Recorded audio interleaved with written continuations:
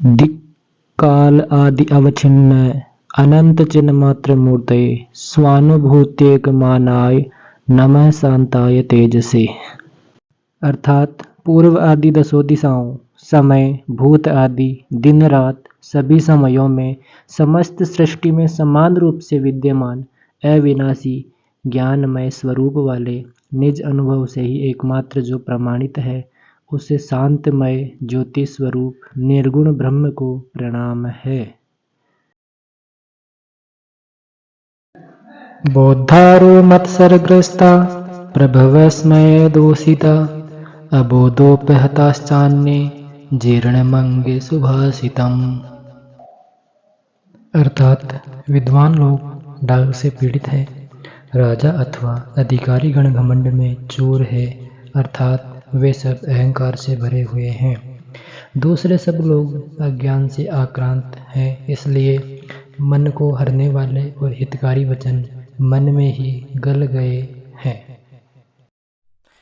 अज्ञे सुखमाराध्य सुखतरमाराध्यते विशेषज्ञ ज्ञान लव दुर्विदग्धम ब्रह्मापि नरम न रंजयति। अर्थात अनजान अबोध मनुष्य को सरलता से समझाया जा सकता है, बुद्धिमान को और भी अधिक आसानी से समझाया जा सकता है, किंतु जो अल्प मात्र ज्ञान को रखने वाला है और जो उस अल्प मात्र ज्ञान में बुरी तरह से अकड़ा हुआ मनुष्य है, उस मनुष्य को विधाता भी संतुष्ट नहीं कर सकता है।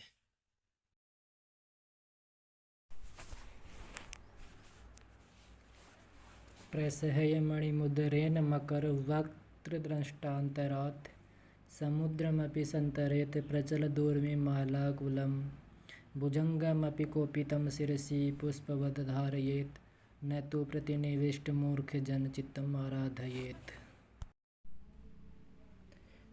मगरमच्छ के मुंह के दांतों के बीच से बहुमूल्य रत्न को प्रयत्न करके बाहर निकाला जा सकता है। ऊंची ऊंची उठने वाली लहरों की पंक्तियों से क्षुब्ध सागर को भी तैर कर पार किया जा सकता है। फुफकारने वाले सर्प को भी पुष्प के समान सिर पर धारण किया जा सकता है, लेकिन हठी मूर्ख व्यक्ति के चित्त मन को नहीं समझाया जा सकता है। लभेत सिक्तासु तैलमपि यत्नतः पीडयन् पिबेच मृगतृष्णिकः सुसलिलं पिपासार्दितः कदाचिदपि पर्यटच्छ विषाणमासादयति न तु प्रतिनिविष्टमूर्खजन चित्तमाराधयेत्। अर्थात बताया गया है कि उपाय सहित पीसने पर रेत में से भी तेल को प्राप्त किया जा सकता है। ग्रीष्म ऋतु में प्यास से पीड़ित व्यक्ति मृग मरीचिका में भी पानी पी सकता है तथा इधर उधर घूमते घूमते खोजते खोजते खरगोश का सींग भी कभी न कभी मिल सकता है, किंतु दुराग्रही मूढ़ व्यक्ति के मन को कभी भी नहीं समझाया जा सकता है। व्यालं बालमृणालतन्तुभिरसौ रोद्धुं समुज्जृम्भन्ते छेतुं वज्रमणिं शिरीषकुसुम प्रान्तेन सन्नयति माधुर्यं मधुबिन्दुना रचयितुं श्याराम्बुधेरिहते नेतुं वाञ्छति ये खलानपतिशतां सूक्तैः अर्थात जो व्यक्ति अमृत टपकाने वाली मधुर एवं प्रिय उक्तियों से दुष्ट पुरुषों को सज्जन पुरुषों के मार्ग पर लाने हेतु इच्छा करता है, ऐसा पुरुष सुकुमार कमल नाल के सूत्रों से मदमस्त गज को बांधने का साहस करता है। मौलाश्री के कोमल पुष्प के किनारे से हीरा को काटने की चेष्टा करता है।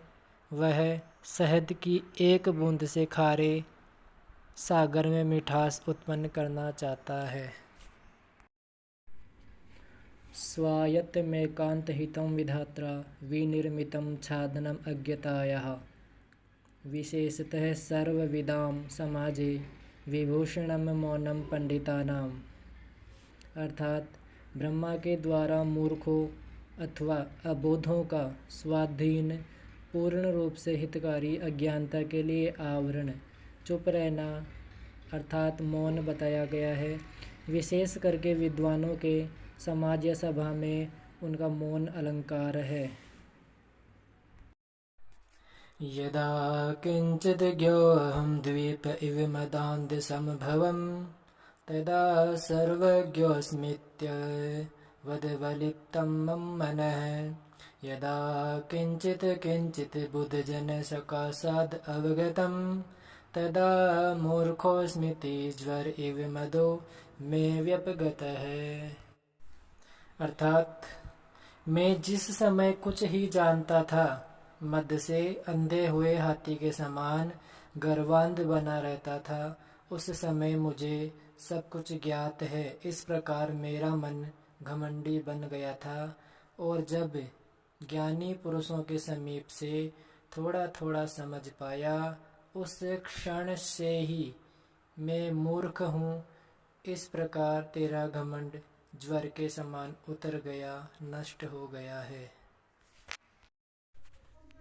कृमिकुलचित्तं लालाक्निनं विगन्धि जुगुप्सितं निरुपमरसप्रीत्या खादन्नारास्थिं निरामिषं सुरपतिमपि स्वापार्श्वस्थं विलोक्य न शङ्कते न हि गणयति क्षुद्रो जन्तु परिग्रहफलगुताम्।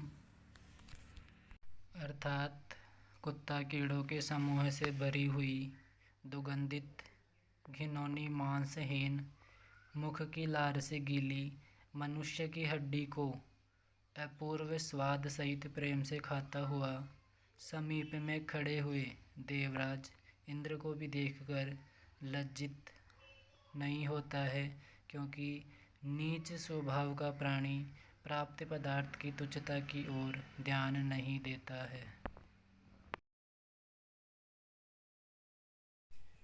शिरः सार्वं स्वर्गात् पशुपते शिरस्तत क्षितिधरं महेद्रातु तुङ्गाधवनिवनश्चापि जलधिम् अधो अधो गङ्गेयं पदमुपगतास्तोकमथवा विवेकभ्रष्टा नाम भवति विनिपात शतमुख। अर्थात यह पावनी भगवती गंगा जो स्वर्ग से शिव जी के सिर पर, शिव जी के सिर से पर्वतराज हिमालय पर, ऊंचे पर्वत से धरा पर और धरा से भी सागर में, इस प्रकार धीरे धीरे नीच का तुच्छ से तुच्छ स्थान को पहुंचती गई। इसी तरह विवेक रहित पुरुषों का सैकड़ों प्रकार से पतन अवश्य होता है।